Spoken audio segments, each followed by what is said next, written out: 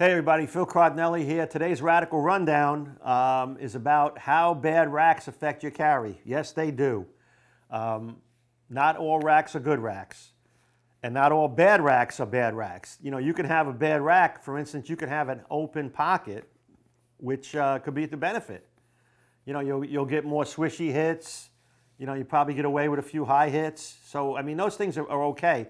But when you have racks where in my case, being left-handed, where the 2-pin is one way and the 4-pin's another way, neither will ever create a strike pocket for you where you'll get the 7 out. Sometimes that just happens.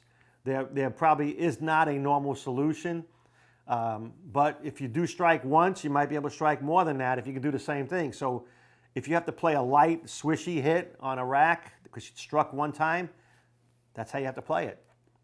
And the other lane will not be that way. So the problem really is when you look at the rack, where does the problem exist? You know, is it the rack is closed, the pocket's closed, or is it wide open? You know, closed pockets sometimes are a problem, especially if you have closed pocket and the lanes are hooking a lot.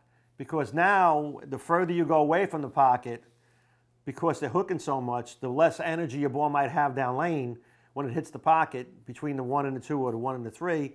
You may not be able to get to the 5 quick enough.